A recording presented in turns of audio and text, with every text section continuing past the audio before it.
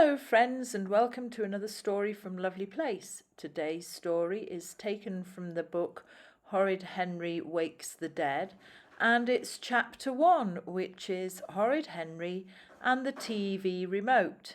So this is a book for more accomplished readers, so there's less pictures and more writing. I hope you enjoy. Thanks very much for listening. Horrid Henry pushed through the front door. Perfect Peter squeezed past him and ran inside. "Hey!" screamed Horrid Henry, dashing after him. "Get back here, worm!" "No!" squealed Perfect Peter, running as fast as his little legs would carry him. Henry grabbed Peter's shirt, then hurtled past him into the sitting room. Yippee! He was going to get the comfy black chair first. Almost there, almost there, almost... And then Horrid Henry skidded on a sock and slipped. Peter pounded past and dived onto the comfy black chair. Panting and gasping, he snatched the remote control. Click! All together now. Who's a silly Billy? Trilled the world's most annoying goat. Billy! Sang out Perfect Peter. No! It had happened again, just as Henry was looking forward to resting his weary bones on the comfy black chair after another long, hard, terrible day at school and watching Rapper Zapper and Night Fight. Peter had somehow managed to nab the chair first.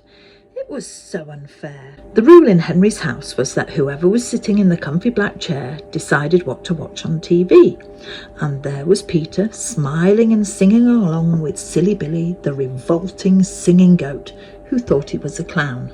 Henry's parents were so mean and horrible they only had one teeny tiny telly in the whole entire house. It was so minuscule Henry practically had to watch it using a magnifying glass, and so old you had to practically kick it to turn it on. Everyone else he knew had loads of TVs. Rude Ralph had 5 ginormous ones all to himself. At least that's what Ralph said. All too often there were at least 2 great programmes on at the same time.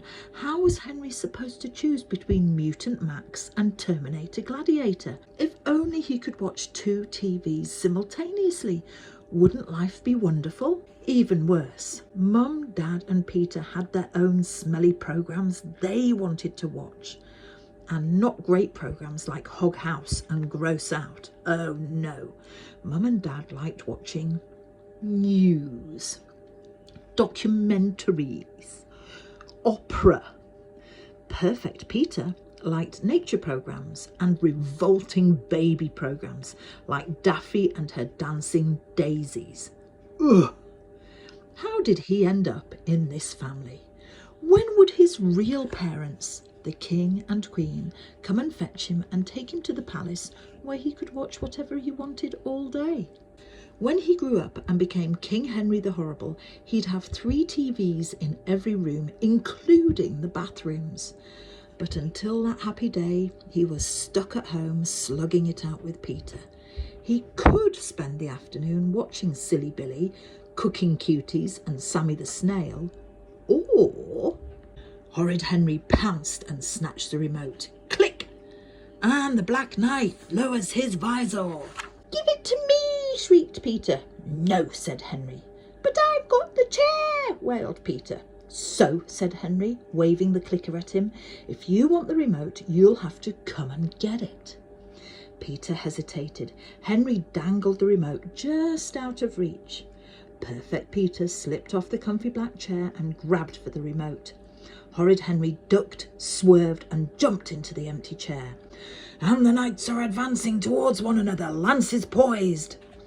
"Mum!" squealed Peter. "Henry snatched the remote." "Did not." "Did too." "Did not, Wibblepants." "Don't call me Wibblepants," cried Peter. "OK, Pongy Poo Poo," said Henry. "Don't call me Pongy Poo Poo," shrieked Peter. "OK, Wibble Bibble," said Horrid Henry. "Mum!" wailed Peter. "Henry's calling me names." "Henry, stop being horrid," shouted Mum. "I'm just trying to watch the TV in peace," screamed Henry. "Peter's annoying me." "Henry's annoying me," whined Peter. "He pushed me off the chair." "Liar," said Henry. You fell off. Mum! Screamed Peter. Mum ran in, grabbed the remote. Click. The screen went black. I've had it with you boys fighting over the TV, shouted Mum. No TV for the rest of the day. What? Huh? But, said Perfect Peter. But, said Horrid Henry. No buts, said Mum.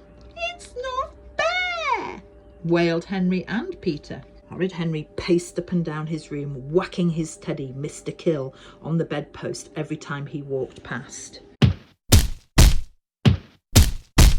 He had to find a way to make sure he watched the programmes he wanted to watch. He just had to. He'd have to get up at the crack of dawn. There was no other way. Unless... And then Horrid Henry had a brilliant, spectacular idea. What an idiot he'd been. All those months he'd missed his fantastic shows. Well, never, ever again. Sneak, sneak, sneak. It was the middle of the night. Horrid Henry crept down the stairs as quietly as he could and tiptoed into the sitting room, shutting the door behind him. There was the TV, grumbling in the corner. Why is no one watching me, moaned the telly. Come on, Henry. But for once, Henry didn't listen. He had something much more important to do. He crept to the comfy black chair and fumbled in the dark. Now, where was the remote? Aha! There it was. As usual, it had fallen between the seat cushion and the armrest.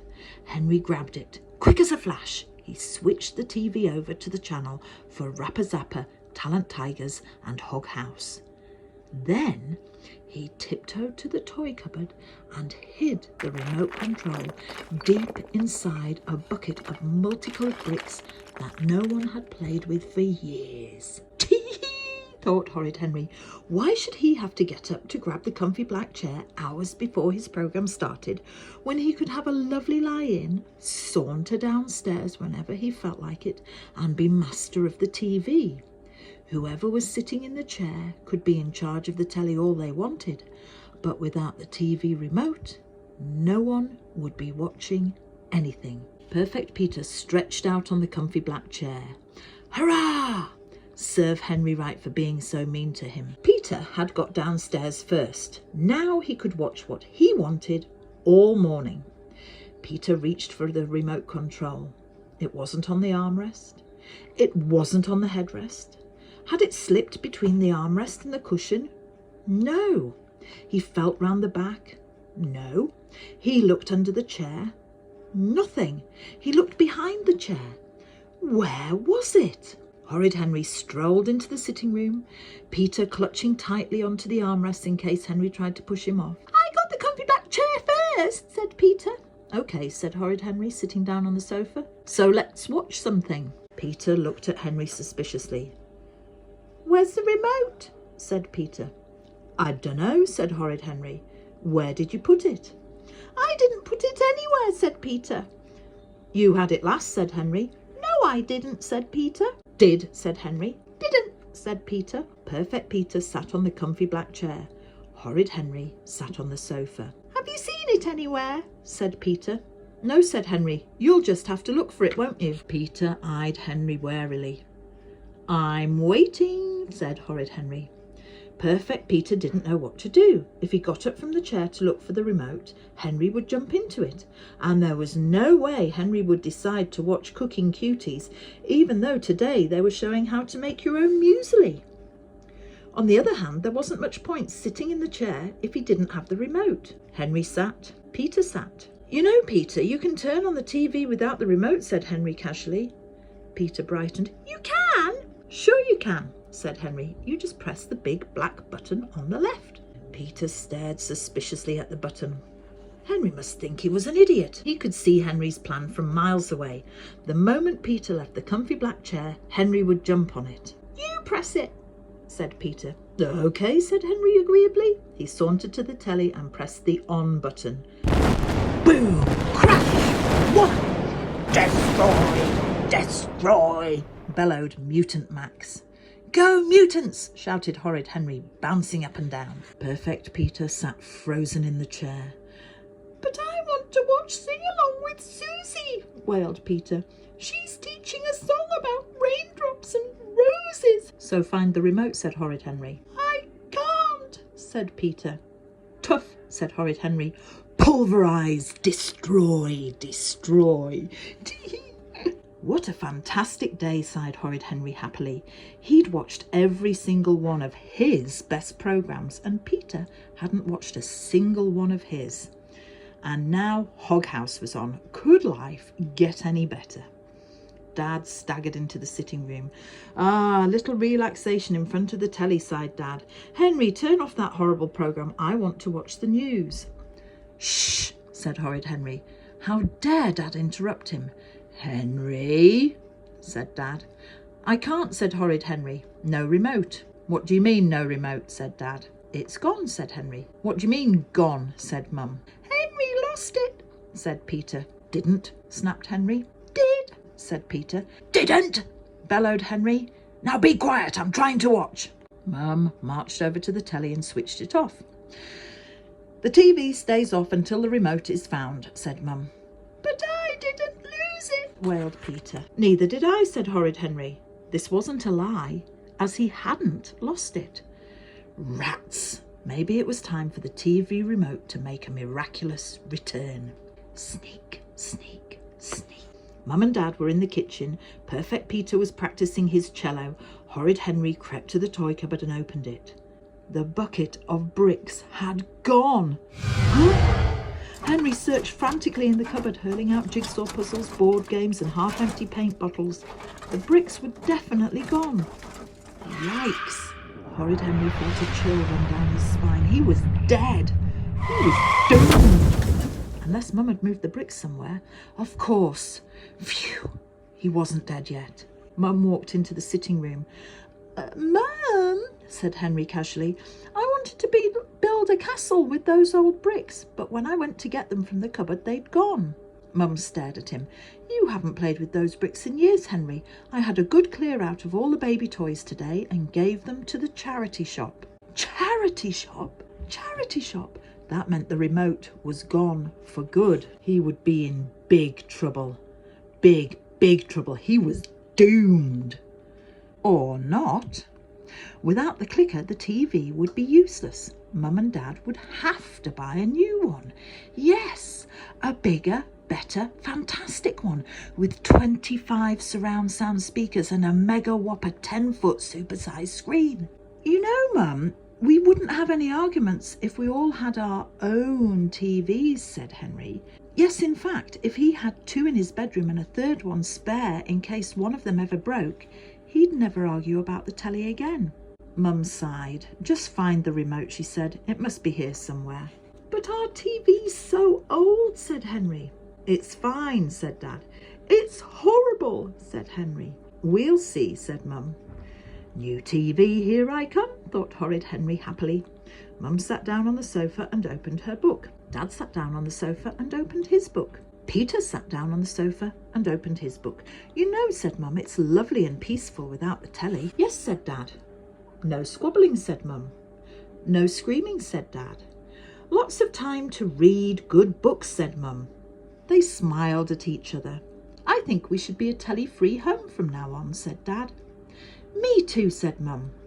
That's a great idea, said Perfect Peter. More time to do homework. What? Screamed Horrid Henry. He thought his heart would stop. No TV? No TV?